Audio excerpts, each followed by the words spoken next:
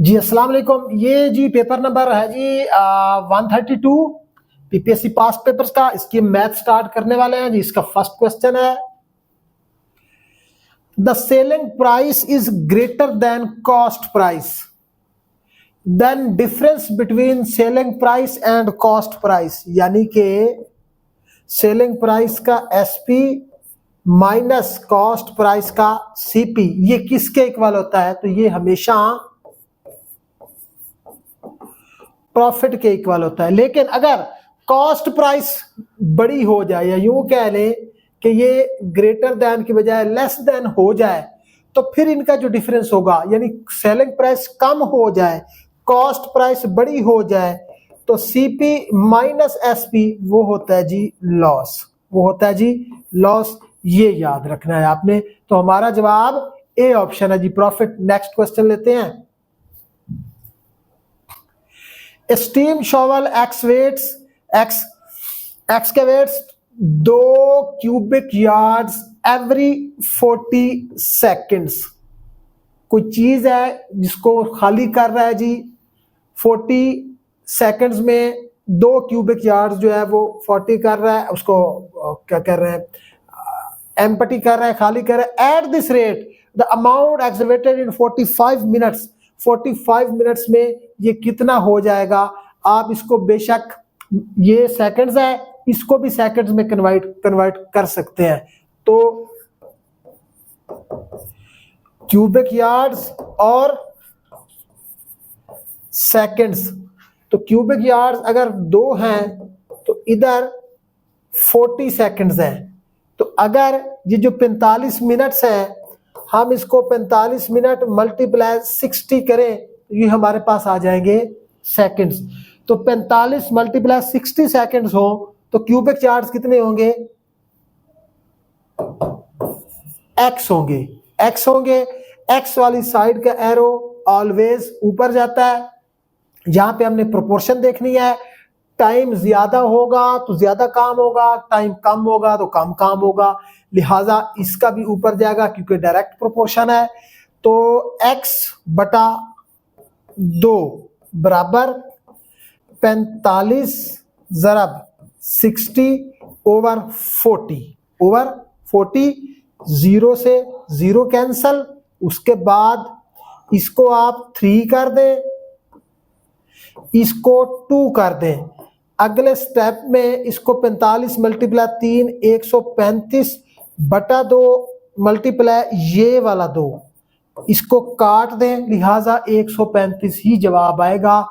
135 cubic yards, B option हमारा जवाब है। नेक्स्ट क्वेश्चन लेते हैं।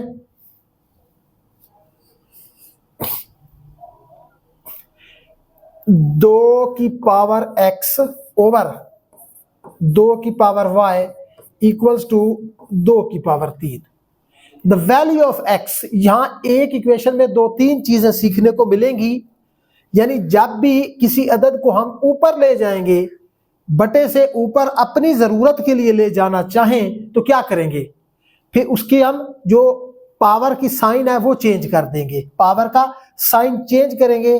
तो ये 2 की पावर x मल्टीप्लाई 2 की पावर माइनस y हो जाएगा। 2 की पावर माइनस y हो जाएगा इक्वल्स टू 2 की पावर 3। 2 की पावर 3 है।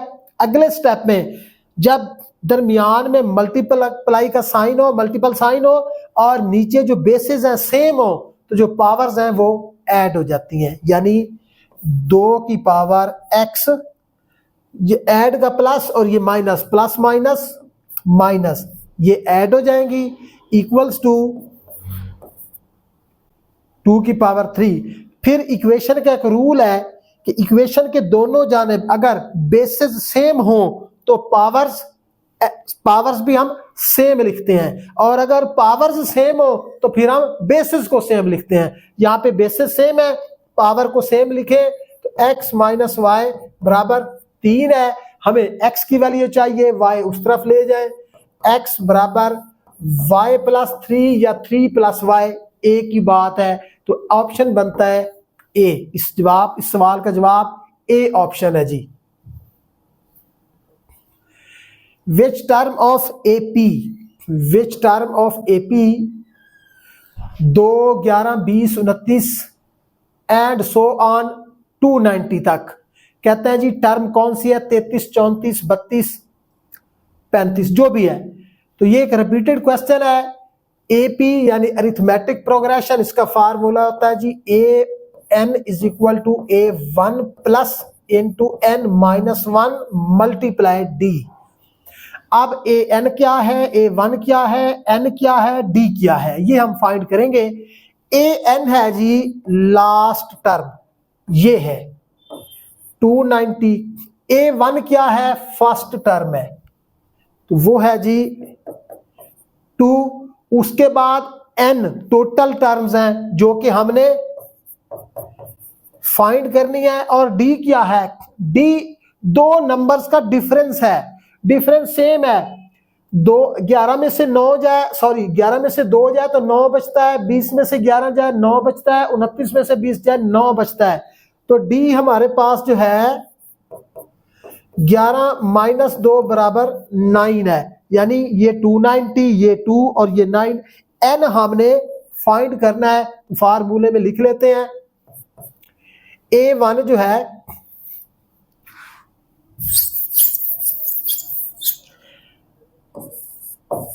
290, 2 n माइनस 1 और ये 9 है, ये 9 है। 2 को इस तरफ ले आते हैं, 290 माइनस 2 ये हो जाएगा 288, 288।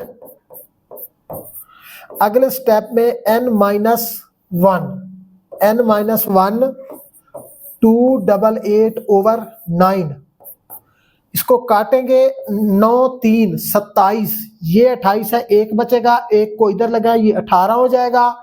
तो 9 का टेबल 18 पे 2 बार जाता है, तो ये 32 हो जाएगा। n minus 1 equals to 32, n equals to 32 plus 1 बराबर 33। ये 1 दूसरी तरफ जाके प्लस हो जाएगा, 33 बनेगा।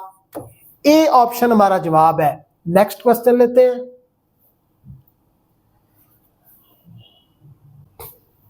A can do a piece of work in 4 hours. B and C, B and C का मतलब है B plus C together can do it 3 hours, while A and C यानी A plus C together can do it 2 hours. How long will B alone take to do it? अकेला B जो है कितने time में करेगा? सबसे पहले A B plus C given है, हम इनका 1 आवर वर्क निकालते हैं। 1 आवर वर्क, ए का जो है ए 4 घंटों में कर रहा है तो उसका 1 आवर वर्क 1/4 होगा। उसके बाद बी प्लस सी है, वो 3 घंटों में कर रहे हैं तो उनका 1 आवर वर्क 1/3 होगा। ए प्लस सी जो है, ए प्लस सी जो है 2 घंटों में कर रहे हैं तो इनका 1 आवर वर्क 1/2 होगा। हमें बी चाहिए, यानी बी अकेला हो, तो बी के लिए सी की कीमत होना शर्त है, सी यहां पे मौजूद है, तो सी के लिए ए शर्त है। ए की कीमत होगी तो सी निकलेगी, सी की कीमत होगी तो बी निकलेगी। ए की कहां से ले, ए की यहां पे मौजूद है, तो इसको आप 1, इसको 2, इसको 3, तो आप लिखे 1 और 3 में, यानी ए की वैल्यू 3 में पुट करें तो ये हो जाएगा 1/4 plus C is equal to 1/2। तो सी किसके इक्वल आएगा, 1/2 माइनस 1/4, यानी एलसीएम 4 आएगा। 4 को 2 पे डिवाइड करेंगे 2 आएगा, तो 2 1 से मल्टीप्लाई होकर 2 बनाएगा। माइनस 4 4 पे डिवाइड होगा 1 आएगा, 1 1 1, यानी फिर 1/2। C जो है 1/2 हो जाएगा। जब C 1/2 होगा तो फिर हम उसको यहां पे पुट करेंगे, तो पुट इन 2 कर दें, लिखें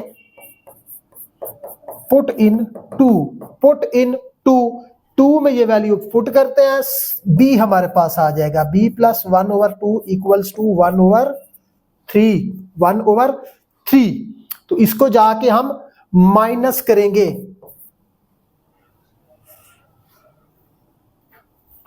मिस्टेक कर रहे हैं, ये 1/4 बचेगा, 1/4 बचेगा, ये भी 1/4 हो जाएगा। तो इधर जाके 1/3 माइनस 1/4 आएगा, 1/3 माइनस 1/4। तो जब हम एलसीएम लेंगे तो आ जाएगा 12, एलसीएम आएगा 12 को 3 पे डिवाइड करेंगे 4 आएगा, 4 को 1 से मल्टीप्लाई करेंगे फिर 4 हो जाएगा, 12 को 4 पे डिवाइड करेंगे 3 आएगा, 3 को 1 से मल्टीप्लाई करेंगे तो 3, यानी 1/12। अगर B का 1 आवर वर्क 1/12 है तो we can say that के B can do it in 12 hours। B जो है 12 घंटों में ये काम अकेले कर सकता है। इसका जवाब C ऑप्शन है। नेक्स्ट क्वेश्चन लेते हैं।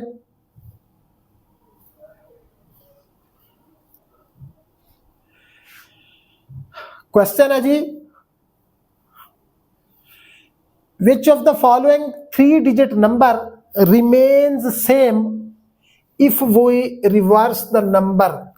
इनमें से कौन सा 3 डिजिट नंबर है जिसके नंबर्स को हम रिवर्स करें तो वो सेम रहे? तो वो ये नंबर हो सकता है, यानी यूं कह लें कि इस 2 को मैं पहले लिखूं, इस 2 को मैं बाद में लिखूं, दरमियाना नंबर सेम है, ये भी 262 है और ये भी 262। इसको चेंज करूं तो ये 452 बनेगा, इसको चेंज करूं तो ये 296 बनेगा। तो सेम यही 262 वाला ए ऑप्शन हमारा जवाब है। Paper complete.